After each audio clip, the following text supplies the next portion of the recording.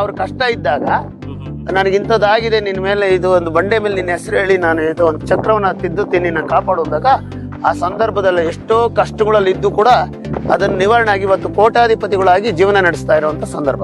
ನನಗೊಂದು ಸರ್ಪುಣ್ಣ ತರ ಹೊಟ್ಟೆ ತುಂಬ ಸುತ್ತಕೊಂಡು ಎಲ್ಲೂ ವಾಸಿ ಆಗ್ದಿರೋ ಒಂದು ಮೂಮೆಂಟ್ ಅಲ್ಲಿ ಇತ್ತು. ಹಾಸ್ಪಿಟ್ಲ್ಗಳು ಸಾವಿರಾರು ರೂಪಾಯಿ ಖರ್ಚು ಮಾಡಿದ್ವಿ.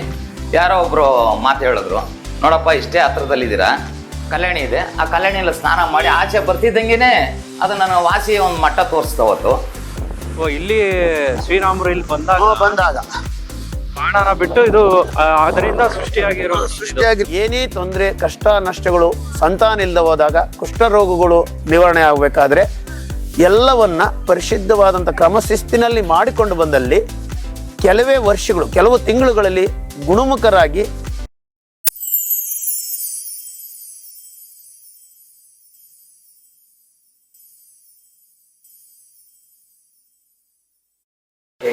पूजितं शङ्खचक्रगदा हस्ते महालक्ष्मीनमोऽस्तु दर्शयामि।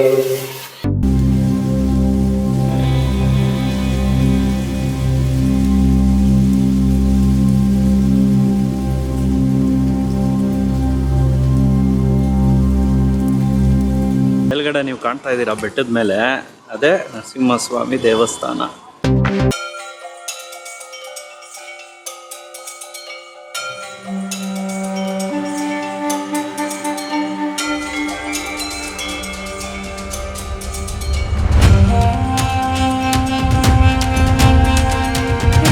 ಚಂಪಕಧಾಮ ದೇವಸ್ಥಾನವನ್ನ ವಿ ಮಹಾದೇವಪ್ಪನವರು, ಹಿರಿಯ ಮುಖಂಡರಾದಂಥ ಮಹಾದೇವಪ್ಪನವರು ವಿವರಣೆ ನೀಡಿದ್ರು.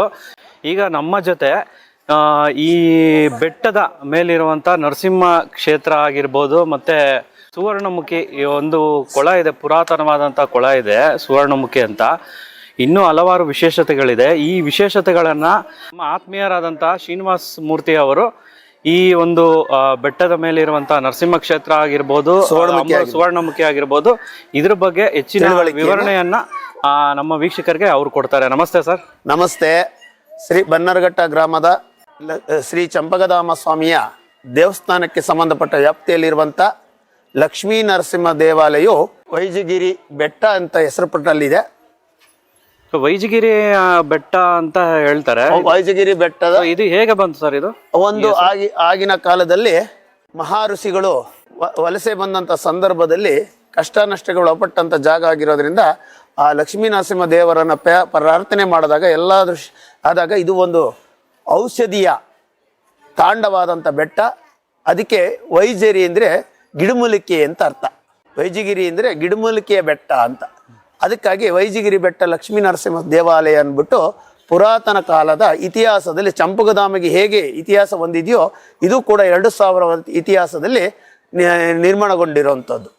ಇಲ್ಲಿ ಸುವರ್ಣಮುಖಿಯಿಂದ ಹಿಡಿದು ಲಕ್ಷ್ಮೀ ನರಸಿಂಹ ದೇವಸ್ಥಾನದ ನಂತರ ಚಂಪಕಧಾಮ ದೇವಸ್ಥಾನದವರೆಗೂ ಏನೇ ತೊಂದರೆ ಕಷ್ಟ ನಷ್ಟಗಳು ಸಂತಾನ ಇಲ್ಲದೆ ಹೋದಾಗ ಕುಷ್ಠರೋಗಗಳು ನಿವಾರಣೆ ಆಗಬೇಕಾದ್ರೆ ಎಲ್ಲವನ್ನ ಪರಿಶುದ್ಧವಾದಂಥ ಕ್ರಮಶಿಸ್ತಿನಲ್ಲಿ ಮಾಡಿಕೊಂಡು ಬಂದಲ್ಲಿ ಕೆಲವೇ ವರ್ಷಗಳು ಕೆಲವು ತಿಂಗಳುಗಳಲ್ಲಿ ಗುಣಮುಖರಾಗಿ ಸುರಕ್ಷಿತವಾಗಿ ಜೀವನ ಸಾಗಿಸುವಂಥ ಶಕ್ತಿ ಭಗವಂತ ಚಂಪಕಧಾಮ ಸಂಬಂಧಪಟ್ಟಂಥ ಸುವರ್ಣಮುಖಿ ಸ್ಥಾನದಲ್ಲಿ ಮತ್ತು ಲಕ್ಷ್ಮೀ ನರಸಿಂಹ ದೇವಸ್ಥಾನದ ಅನುಗ್ರಹದಿಂದ ದೇವರ ಬಹಳ ಅನುಕೂಲವನ್ನು ಮಾಡಿಕೊಟ್ಟಿದೆ.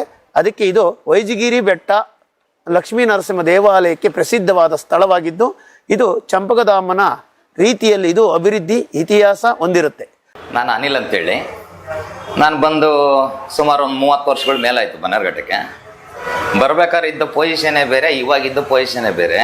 ಇದಕ್ಕೆಲ್ಲ ಕಾರಣಕರ್ತರು ಅಂದರೆ ನಮ್ಮ ಚಂಪಕಧಾಮ ಸ್ವಾಮಿ.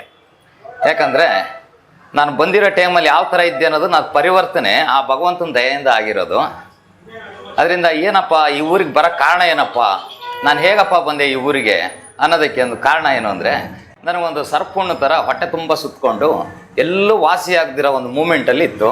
ಹಾಸ್ಪಿಟ್ಲ್ಗಳು ಸಾವಿರಾರು ರೂಪಾಯಿ ಖರ್ಚು ಮಾಡಿದ್ವಿ. ಯಾರೋ ಒಬ್ಬರು ಮಾತು ಹೇಳಿದ್ರು, ನೋಡಪ್ಪ ಇಷ್ಟೇ ಹತ್ರದಲ್ಲಿದ್ದೀರಾ, ನೀವಿರೋದು ಹುಳ್ಮಾವಲ್ಲಿದ್ರಿ, ಇದ್ವಿ ನಾವು. ಆ ಟೈಮಲ್ಲಿ ನೀವು ಇಷ್ಟೇ ಹತ್ರದಲ್ಲಿದ್ದೀರಾ, ಬನ್ನೇರುಘಟ್ಟದಲ್ಲಿ ಒಂದು ಸುವರ್ಣಮುಖಿ ಅಂತ ಒಂದು ಸ್ಥಾನ ಇದೆ, ಅಲ್ಲೋಗಿ ನೀವು ಆ ಕೊಳದಲ್ಲಿ ಸ್ನಾನ ಮಾಡಿ, ಸ್ನಾನ ಮಾಡಿದ್ಮೇಲೆ ನಿಮಗೆ ಗೊತ್ತಾಗುತ್ತೆ ಅದ್ರ ಪರಿವರ್ತನೆ ಏನು ಅಂತೇಳಿ ಅಂತ ಹೇಳಿದ್ರು. ಆಮೇಲೆ ನಾನು ಅದೇ ಸುವರ್ಣಮುಖಿ ದೇವಸ್ಥಾನದಲ್ಲಿ ಕಲ್ಯಾಣಿ ಇದೆ, ಆ ಕಲ್ಯಾಣಿಯಲ್ಲಿ ಸ್ನಾನ ಮಾಡಿ ಆಚೆ ಬರ್ತಿದ್ದಂಗೆ ಅದು ನನ್ನ ವಾಸಿಯ ಒಂದು ಮಟ್ಟ ತೋರಿಸ್ತಾವತ್ತು. ಆಮೇಲೆ ಒಂದೇ ವಾರದಲ್ಲಿ ಕ್ಲಿಯರ್ ಆಯಿತು. ಕ್ಲಿಯರ್ ಆಗಿದ್ದ ದಯನೇ ಏನೋ ಗೊತ್ತಿಲ್ಲ, ಭಗವಂತನ ದಯೆಯಿಂದ ನಾನು ಇವರಿಗೆ ಬಂದಿರೋ ಥರ ಪರಿಸ್ಥಿತಿ ಬಂತು. ಆದರೂ ನಾನು ಬಂದಿರೋ ಪರಿಸ್ಥಿತಿನೇ ಬೇರೆ ಇತ್ತು. ಆದರೆ ಆ ಚಂಪಕಧಾಮ ದಯೆಯಿಂದ ನಾನಿವತ್ತು ಪ್ರಿಂಟಿಂಗ್ ಮಿಷನ್ಗಳನ್ನ ಇಟ್ಕೊಂಡು ಅನಿಲ್ ಆರ್ಟ್ಸ್ ಅಂತ ಒಂದು ಕಂಪ್ನಿ ನಡೆಸ್ಕೊಂಡಿದ್ದೀನಿ ಇವತ್ತಿನ ದಿನ. ಇದಕ್ಕೆಲ್ಲ ದಯೆ ಶ್ರೀ ಚಂಪಕಧಾಮ ಸ್ವಾಮಿಯೇ. ನೀವು ಏನೇ ಕಷ್ಟ ಇದ್ರೂ ಹೊರಗಿಂದ ಬಂದು ಆ ಸ್ವಾಮಿಗೆ ನೀವು ಏನೇ ಕೇಳ್ಕೊಳ್ಳಿ, ಏನೇ ಕಷ್ಟ ಕೇಳ್ಕೊಳ್ಳಿ, ಅತಿ ಶೀಘ್ರದಲ್ಲೇ ನಿವಾರಣೆ ಮಾಡ್ತಾನೆ ಭಗವಂತ. ಆ ಚಂಪಕಧಾಮಂದು ಒಂದು ದಯೆ ನಮಗೆ ತಿರುಪತಿಗೆ ಹೋದಷ್ಟು ಪುಣ್ಯ ಬರೋ ಲೆಕ್ಕದಲ್ಲಿದೆ. ನಾವು ಅದರಿಂದ ನಾವು ಹೊರಗಡೆ ತಿರುಪತಿ ಅಲ್ಲಿ ಇಲ್ಲಿ ಸುತ್ತೀವೋ ಇಲ್ಲ ಗೊತ್ತಿಲ್ಲ, ಚಂಪಕಧಾಮನ ದರ್ಶನ ಮಾಡೋದಂತೂ ನಾವು ಬಿಡೋದಿಲ್ಲ. ಪ್ರತಿಯೊಬ್ಬರೂ ಅಮಾವಾಸ್ಯೆ ಹುಣ್ಣಿಮೆಗಾದ್ರೂ ಬಂದು ಆ ಭಗವಂತನ ದಯೆ ಕೃಪಾ ಕಟಾಕ್ಷನ ತಗೊಳ್ಳಿ ಅಂತೇಳಿ ನಿಮ್ಮಲ್ಲಿ ಕೇಳ್ಕೊತಾ ಇದ್ದೀನಿ.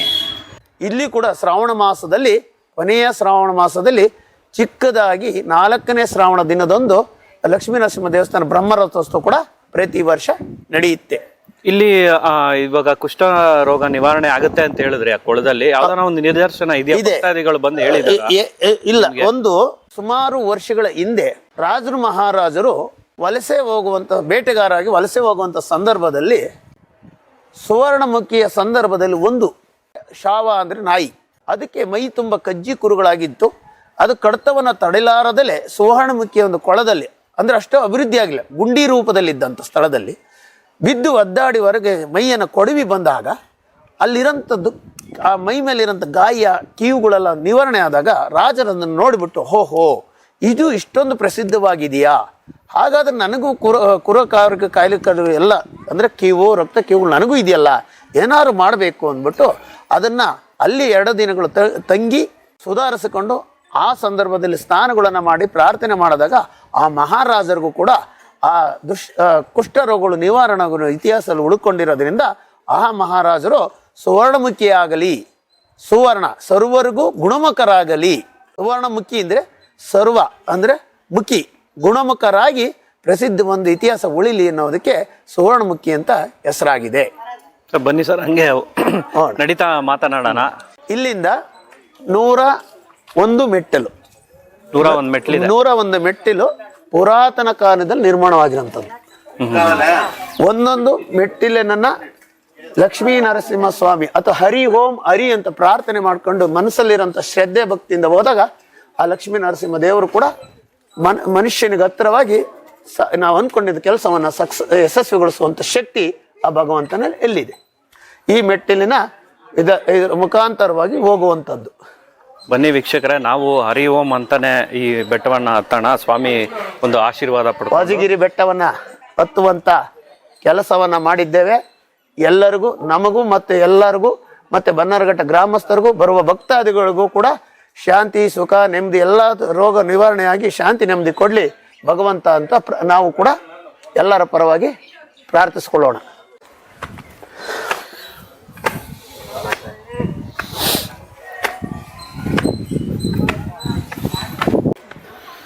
ಬನ್ನಿ, 101 ಮೆಟ್ಲಿದೆ, ಹತ್ತಾ ಇದೀವಿ. ಹೌದು, ಬಹಳ ಮೆಟ್ಲು ಚಿಕ್ಕದಾಗೆ ಅಗಲ ಇದೆ, ಕಡದಾಗಿದೆ. ಬೆಳೆದಾಗಿಲ್ಲ, ಕಡದಾಗಿರೋದ್ರಿಂದ ಎತ್ತರವಾಗಿ ಇರುತ್ತೆ. ಅವಾಗ್ಲೇ ನಿರ್ಮಾಣ ಮಾಡಿದ್ದಾರೆ. ಹೌದೌದು, ಪುರಾತನ ಕಾಲದಲ್ಲಿ, ಇವಾಗಿಂದಲ್ಲ. ಇದನ್ನೇನೋ ಡ್ರೆಸ್ಸಿಂಗ್ ಮಾಡಿರೋದು ಅಷ್ಟು ಬಿಟ್ರೆ ಮೆಟ್ಲುಗಳನ್ನ ಅವಾಗಲೇ ಮಾಡಿರೋಂಥದ್ದು. ಮುಂದೆ ಹೋಗ್ತಾ ಬೆಟ್ಟದಲ್ಲೇ ಮೆಟ್ಲು ಮಾಡಿದ್ದಾರೆ. ಇದು ಮೆಟ್ಲು ಚಪ್ಪಟಿ ಕಲ್ಲು, ಅಲ್ಲಿ ಬೆಟ್ಟದನ್ನೇ ಇದೆ.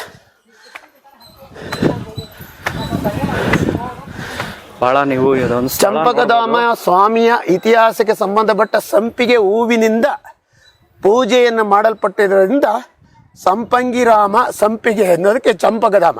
ಚಂಪಕ ಅಂದ್ರೆ ಸಂಪಿಗೆ ಹೂವು, ಧಾಮ ಅಂದ್ರೆ ಬೆಟ್ಟ.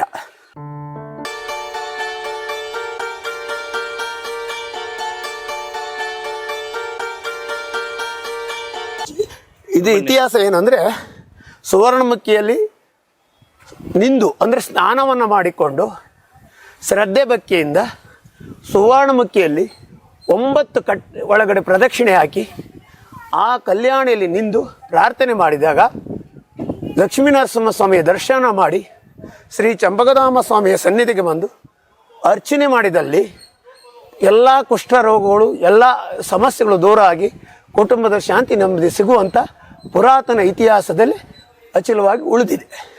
ಅದೇ ನಾವು ಏನೇ ಕೆಲಸ ಮಾಡಿರ್ಲಿ ಅದು ಒಂದು ದೇವರ ಮೇಲೆ ಹೌದು, ನಂಬಿಕೆ, ಶ್ರದ್ಧೆ, ಮತ್ತೆ ಭಕ್ತಿ. ಶ್ರದ್ಧೆ ಹೌದು ಇದ್ರೆ ಹೌದು, ಇಲ್ಲಿ ಶ್ರದ್ಧೆಯಿಂದ ಬಂದು ಹೋದ್ರೆ ಮಾತ್ರ ಸಕಲ ಏನ್ ಅನ್ಕೊಂಡಿರ್ತಾರೋ ಅದು ಆಗುತ್ತೆ. ಅಮೇರಿಕದಿಂದ ಇದಕ್ಕೊಂದು ಎಕ್ಸಾಂಪಲ್, ಅಮೇರಿಕದಲ್ಲಿ ಇದೇ ಕುಲದೇವರಾದ ಮನೆ ದೇವರಾದ ಚಂಪಕಧಾಮ ಸ್ವಾಮಿ ಮನೆ ದೇವರು, ಅವರು ಅಮೇರಿಕದಲ್ಲಿ ನೆಲೆಯಾಗಿ ನಿಂತಿರ್ತಾರೆ. ಕಾರಣಾಂತರದಿಂದ ಆ ಯಜಮಾನನಿಗೆ ಸ್ವಾಧೀನ ಇಲ್ದಂಗೆ ಆಗೋಗುತ್ತೆ. ಆವಾಗ ಭಗವಂತ ಅಲ್ಲಿಂದನೇ ಪ್ರಾರ್ಥನೆ ಮಾಡಿ ಇಲ್ಲಿಂದ ಚಂಪಕಧಾಮ ಸ್ವಾಮಿಯ ಪ್ರತಿಮೆಯಾದಂಥ ಒಂದು ಫೋಟೋವನ್ನು ತರಿಸ್ಕೊಂಡು ಪೂಜೆ ಸಂಕಲ್ಪವನ್ನು ಮಾಡಿದಾಗ ಅವರಿಗೆ ಸ್ವಾಧೀನ ತಪ್ಪಿದ್ದಂಥ ನಿವಾರಣೆಯಾಗಿ ಯಥಾಸ್ಥಿತಿಗೆ ಓಡಾಡುವಂಥ ಶಕ್ತಿಯನ್ನು ಹೊಂದಿರ್ತಾರೆ. ಅದಾದ ನಂತರ ಇಲ್ಲಿಗೆ ಬಂದು ಅಲ್ಲಿಂದ ಬಂದು ಇಲ್ಲಿ ದೇವರ ಸೇವೆಯನ್ನು ಸಲ್ಲಿಸಿ ಅವರು ಇದಾಗಿದ್ದಾರೆ. ಇವತ್ತು ಚೆನ್ನಾಗಿದ್ದಾರೆ.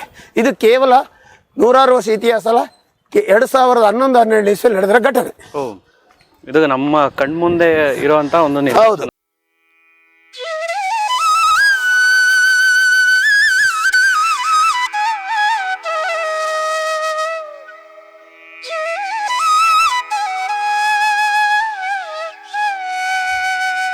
ಗೋಪುರ ಕಾಣ್ಬೋದು, ರಾಜಗೋಪುರ, ವಿಮಾನ ಗೋಪುರ. ಇದು ವಿಮಾನ ಗೋಪುರ. ಬಹಳ ಚಿನ್ನದ ಕಳಸಾನು ಕಾಣ್ಬೋದು ಮೇಲೆ, ಚಿನ್ನದ ಲೇಪನ ಇರುವ ಚಿನ್ನದ ಲೇಪನ. ಎಷ್ಟು ಚೆನ್ನಾಗಿ ಕಾಣ್ತಾ ಇದೆ ಇಲ್ಲಿಂದ.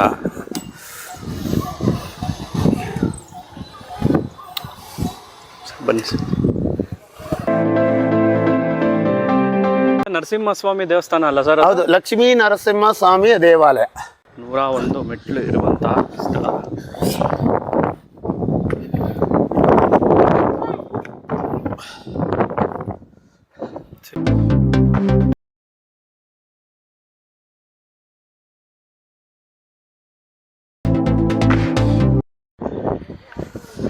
ಇಲ್ಲಿಂದ ನೋಡ್ಬೋದು ನೀವು ಎಷ್ಟು ಚೆನ್ನಾಗಿದೆ. ನೋಡಿ, ಬನ್ನಾರಘಟ್ಟ ಸರೌಂಡಿಂಗ್. ಇಡೀ ಬನ್ನಾರಘಟ್ಟನೇ ಅಲ್ಲ, ಬೆಂಗಳೂರೇ ಕವರ್ ಆಗ್ತಾ ಇದೆ. ಇಡೀ ಬೆಂಗಳೂರೇ ನೋಡ್ಬೋದು ಇಲ್ಲಿಂದ. ಹೌದು.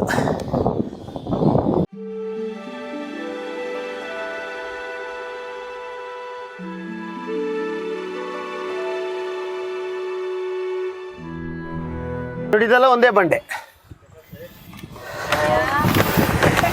ಸರ್. ಇದು ಬಂಡೆ, ಇದು ಬಂಡೆ ಮೇಲೆ ಮೆಟ್ಲು ಮಾಡಿರೋದು.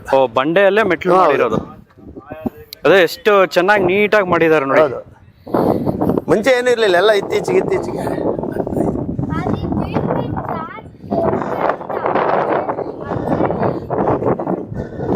ಕೋಟೆ ತರ ಕಾಣ್ತಾ ಇದೆ ಸರ್. ಇದು ಏನ್ ಸರ್ ಇದು? ಇದು ಆಗಿನ ಚೋಳರ ಕಾಲದಲ್ಲಿ ಇಲ್ಲೂ ಒಂದು ದೇವಸ್ಥಾನ ನಿರ್ಮಾಣ ಮಾಡಬೇಕು ಎನ್ನುವ ಸಂದರ್ಭದಲ್ಲಿ ಈ ಕೋಟೆಯನ್ನ ತಳಪಾಯನ್ನು ಹಾಕಿದ್ರು.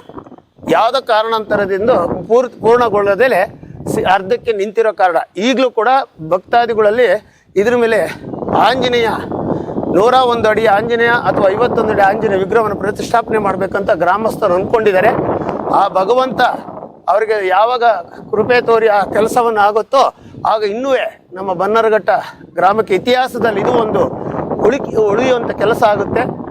ಆದಷ್ಟು ಈ ಭಕ್ತಾದಿಗಳಿಗೆ ಆ ಶಕ್ತಿ ಕೊಟ್ಟು ಇಲ್ಲಿ ಒಂದು ಆಂಜನೇಯ ಮೂರ್ತಿ ವಿಗ್ರಹವನ್ನು ಸ್ಥಾಪನೆ ಆಗಲಿ ಕೋಟೆ ಮೇಲೆ ಅಂತ ನಾನು ಗ್ರಾಮಸ್ಥರಲ್ಲಿ ಮತ್ತು ಎಲ್ಲ ಇಲಾಖೆಯವರಲ್ಲಿ ಪ್ರಾರ್ಥನೆ ಮಾಡ್ತೇನೆ. ನೋಡಿ ವೀಕ್ಷಕರೇ, ಕೋಟೆ ಎಷ್ಟು ಚೆನ್ನಾಗಿದೆ, ಹಳೆ ಕಾಲದ ಕೋಟೆ. ಆದರೆ ಇಲ್ಲಿ ಏನ್ ಮಾಡ್ಬಿಡ್ತಾರೆ, ಕೆಲವೊಂದು ಜನ ಬರ್ತಾರೆ ಆದ್ರೆ ಸುಮ್ನೆ ಹೋಗೋದಿಲ್ಲ, ಅದ್ರ ಮೇಲೆ ಎಲ್ಲ ಬರ್ದು ಅವ್ರು ಎಷ್ಟು ಕಷ್ಟಪಟ್ಟು ನಮ್ಮ ಮುಂದಿನ ಪೀಳಿಗೆಗೆ ಇದು ಇರ್ಲಿ ಅಂತ ತೋರ್ಸಕ್ಕೆ ಕಟ್ಟಿರ್ತಾರೆ. ಎಲ್ಲ ಬಂದು ಹಾಳು ಮಾಡಿದ್ದಾರೆ. ದಯವಿಟ್ಟು ಈ ರೀತಿ ಕೆಲಸ ಮಾಡಬೇಡಿ, ಏನು ಕೇಳ್ಕೊಂತ ಇದ್ದೀನಿ.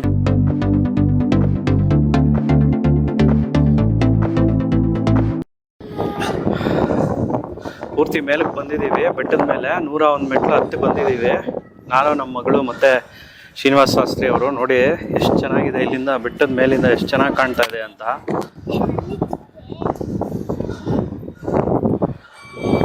ನಮ್ಮ ಮಗಳು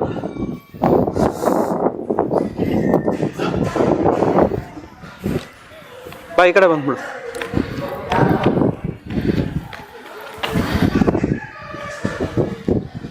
ದೇವಸ್ಥಾನ ಎಷ್ಟು ಚೆನ್ನಾಗಿ ನಿರ್ಮಾಣ ಮಾಡಿದ್ದಾರೆ. ಆಗ ಈ ಚೌಲ್ಟ್ರಿನ ನೋಡಿ ಇಷ್ಟು ಮೇಲೆ ಬೆಟ್ಟದ ಮೇಲೆ ಕಟ್ಟಿದ್ದಾರೆ ಅಂದರೆ ಇದು ಇತ್ತೀಚೆಗೆ ಕಟ್ಟಿರುವಂಥದ್ದು.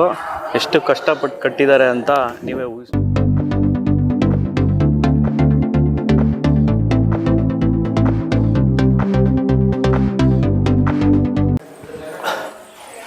ನೋಡಿ ಅಲ್ಲಿ ಏನು ಶ್ರೀದೇವಿ ಬೂದಿ ಇದಿದೆಯೋ ವಿಜಯ ಅಜಯ್ ವಿಜಯ್ ಅಂತ ದ್ವಾರಪಾಲಕರು.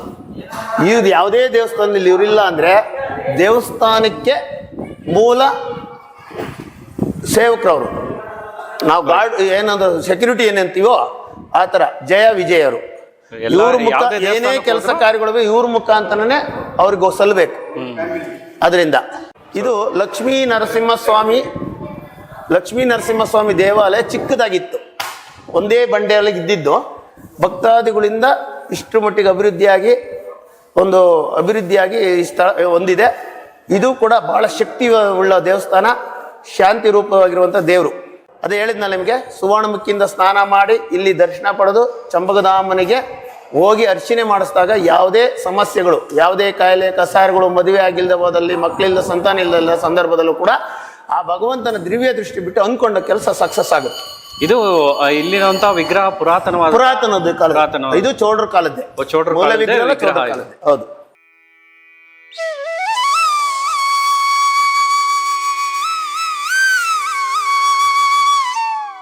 ವಿಜಯ ಇವರು ಗರುಡ ಸ್ವಾಮಿಯ ಇದು ಧ್ವಜಸ್ತಂಭ. ಇದು ಗರುಡ ಹೊಸದಾಗಿ ನಿರ್ಮಾಣವಾಗಿರುವಂಥದ್ದು.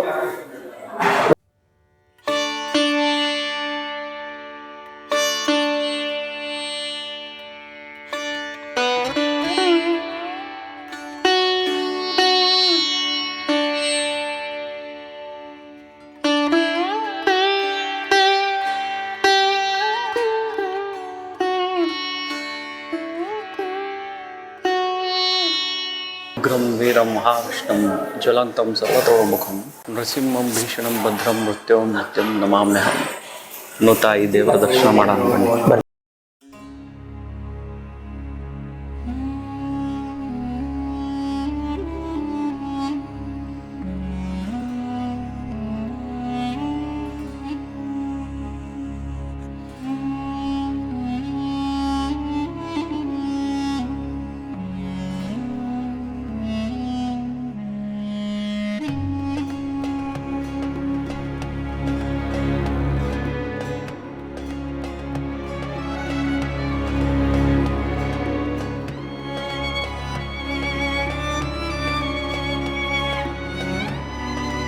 ಕೊಳ ಇದೆ ನೋಡಿ, ತೋರಿಸ್ತೀನಿ ಇಲ್ಲಿ. ಇದು ನಾವು ಹೋಗ್ತಾ ಇರುವಂತದ್ದು ಸುವರ್ಣಮುಖಿಗೆ ದಾರಿ. ಇದು ಈಗ ಲಕ್ಷ್ಮೀ ನರಸಿಂಹ ದೇವಾಲಯ ಬಿಟ್ಟು ಮುಂದಕ್ಕೆ ಹೋಗ್ತಾ ಇದೀವಿ. ಲಕ್ಷ್ಮೀ ನರಸಿಂಹ ಸ್ವಾಮಿ ದೇವಸ್ಥಾನ ನೋಡಿದ್ವಿ, ಅದ್ರ ಮುಂದೆ ನಾವು ಇವಾಗ ಹೋಗ್ತಾ ಇರೋದು ಸುವರ್ಣಮುಖಿ ದೇವಸ್ಥಾನಕ್ಕೆ. ನೋಡೋಣ, ಏನೋ ತೋರಿಸ್ತಾರಂತೆ, ಏನಂತ ಗೊತ್ತಿಲ್ಲ.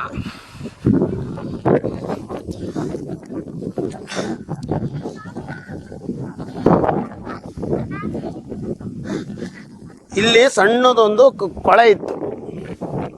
ಎಲ್ಲಿ ಸರ್? ಇಲ್ಲಿ ಇದೆ ನೋಡಿ, ಮೆಸ್ ಹಾಕಿದಿವಲ್ಲ, ಮೆಸ್ ಹಾಕಿರೋದು. ಏನ್ ಕೊಳ ಅದು? ಈ ಯಾವಾಗ್ಲೂ ನೀರು ಇರುತ್ತೆ ಅಂತ, ಬೇಸಿಗೆಯಲ್ಲಿ ಕೂಡ ನೀರು ಕೂಡ ಹಿಂಗೋದಿಲ್ಲ. ಏನಕ್ಕೆ ಅಂದ್ರೆ ಇಲ್ಲಿ ಕೂಡ ರಾಮ ಬಾಣ ಅನ್ನೋ ಒಂದು ಲೆಕ್ಕಾಚಾರ. ಕುಡಿಯುವ ನೀರಿನ ಸಂದರ್ಭದಲ್ಲಿ ಬಾಣವನ್ನ ಬಿಟ್ಟು ನೀರನ್ನು ತೆಗೆದುಕೊಂಡು ಅಂತ ಇದು ಇತಿಹಾಸ ಇದೆ. ಇಲ್ಲಿ ಶ್ರೀರಾಮರು ಇಲ್ಲಿ ಬಂದಾಗ ಬಾಣನ ಬಿಟ್ಟು ಇದು ಅದರಿಂದ ಸೃಷ್ಟಿಯಾಗಿ ನೀರನ್ನ ಇದು ಮಾಡಿರೋ ನೋಡಿ. ಬರೀ ಒಂದೇ ಒಂದು ಕಲ್ಲು ಬಂಡೆ ಇದೆ ನೋಡಿ, ಹತ್ರ ಹೋಗ್ಬೋದು. ಇದಾನ ಇಳ್ಕೊಳ್ಳಿ, ಇಳಿರಿ ಕೆಳಕ್ಕೆ ನೋಡಿ ವೀಕ್ಷಕರೇ. ಬಹಳಷ್ಟು ಜನ ಎಲ್ಲ ಬರ್ತಾರೆ ಇಲ್ಲಿ ನೋಡೋದಕ್ಕೆ. ಬಟ್ ಈ ಸ್ಥಳದ ಮಹಿಮೆ ಮತ್ತು ಈ ಸ್ಥಳನ ನೋಡ್ಕೊಂಡು ಇದು ಯಾರು ನೋಡಿಲ್ಲ ಅಂತ ಅನ್ಕೊಂತೀನಿ. ದೇವಸ್ಥಾನದ ಹಿಂಭಾಗದಲ್ಲೇ ಇರೋದು ಇದು.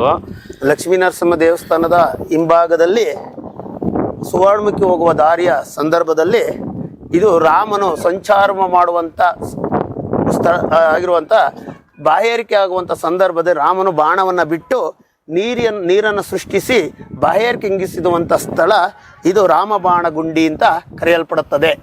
ಇದು ಯಾವಾಗ್ಲೂ ಇದು ಬತ್ತೋದಿಲ್ಲ, ನೀರನ್ನು ಯಾವಾಗ್ಲೂ ಶಾಶ್ವತವಾಗಿ. ಇದು ಏನಕ್ಕೆ ಉದ್ದೇಶ ಸರ್? ಇದು ಏನೋ ಗ್ರಿಲ್ ಅಂದ್ರೆ ಗಲೀಜಾಗದ ಹಾಗೆ ಸ್ವಚ್ಛತೆ ಕಾಪಾಡೋದಕ್ಕೋಸ್ಕರ ಮತ್ತೆ ಇದು ಏನಕ್ಕೆ ಬಳಸ್ತಾರೆ ಇದು ಇದು ಬಳಸೋದು ಅಂತ ಅಂದ್ರೆ ಒಂದು ಇತಿಹಾಸ ಉಳಿದಿದೆ. ಇವಾಗೆಲ್ಲ ನ್ಯಾಚುರಲ್ ಆಗಿ ಬೋರು ಅವೆಲ್ಲ ಬಂದಿದೆ. ಈಗ ತೀರ್ಥಕ್ಕೆ ಏನಾರು ಬೇಕು ಅಂದಾಗ ಜಾತ್ರೆ ಸಂದರ್ಭಗಳಲ್ಲಿ ಇದನ್ನ ಉಪಯೋಗಿಸ್ತಾರೆ. ದೇವರ ಅಭಿಷೇಕಕ್ಕೆ ಏನಾರ ಬಳಸ್ತೀರಾ? ಇಲ್ಲ, ದೇವ್ರ ಅಭ್ಯಾಸಕ್ಕಿಲ್ಲ. ಸುವರ್ಣಮುಖಿ ಸಂಬಂಧಪಟ್ಟಾಗ ಕಿರಿ ಪ್ರದಕ್ಷಿಣೆ ಹೋಗುವಾಗ ಇದನ್ನ ತೀರ್ಥಗಳನ್ನ ತಗೊಂಡು ಹೋಗ್ತಾರೆ. ತಗೊಂಬೋದಾ ಇದು? ತಗೋಬಹುದು. ನೋಡಿ, ಎಷ್ಟು ಆಳನೇ ಇಲ್ಲ, ಇದು ಒಂದೇ ಬಂಡೆ. ಒಂದೇ ಬಂಡೆ, ಆಳನೇ ಇಲ್ಲ. ನೋಡಿ ವೀಕ್ಷಕರೇ, ಇಲ್ಲಿಗೆ ಬರುವಂತ ಭೇಟಿ ನೀಡತಕ್ಕಂಥ ವೀಕ್ಷಕರು ಯಾರೇ ಇರ್ಬೋದು, ಇಲ್ಲಿ ಬಂದಾಗ ಇದನ್ನ ನೋಡೋದನ್ನ ಮರಿಬೇಡಿ. ಶ್ರೀರಾಮರು ಬಾಯಾರಿಕೆ ಆದಾಗ ಇಲ್ಲಿ ಬಂದು ಒಂದೇ ಬಾಣದಿಂದ ಬಿಟ್ಟಿರ್ತಕ್ಕಂಥ ಸ್ಥಳ, ಒಂದೇ ಬಂಡೆಯಲ್ಲಿ ನೀರು ಉತ್ಪತ್ತಿಯಾಗಿದಂತ ಬಾಯಾರಿಕೆ ಹಿಂಗಿಸ್ಕೊಳಕ್ಕಾಗಿ ಇದು ಇಲ್ಲ. ಬಟ್ ಆದ್ರೆ ಯಾವಾಗ್ಲೂ ಇದು ನೀರು ಹಿಂಗೋದೇ ಇಲ್ಲ ಅಂತೆ. ಯಾವುದೇ ಒಂದು ಯಾವುದೇ ಒಂದು ಸೀಸನ್ ಅರ್ಧ ಅಡಿ ಎಂತ ಬೇಸಿಗೆದ್ರೆ ಅರ್ಧ ಅಡಿ ನೀರಿದ್ದೇ ಇರುತ್ತೆ. ಸೊ ಇದನ್ನ ನೋಡೋಕೆ ಮರಿಬೇಡಿ ವೀಕ್ಷಕರೇ. ನಾವು ಇದನ್ನ ನೋಡಿದ್ವಿ, ತುಂಬಾ ಸಂತೋಷ ಆಯ್ತು. ಸ್ಥಾಪನೆ ಮಾಡಿ ಹೋಗಿರ್ತಾರೆ. ಇದರಿಂದನೂ ಕೂಡ ಅಭಿವೃದ್ಧಿ ಹೊಂದಿರುವಂತ ಸ್ಥಳ ಇದು. ಅದೇ ಏನ್ ಚಕ್ರ ಇದು ಶ್ರೀಚಕ್ರ.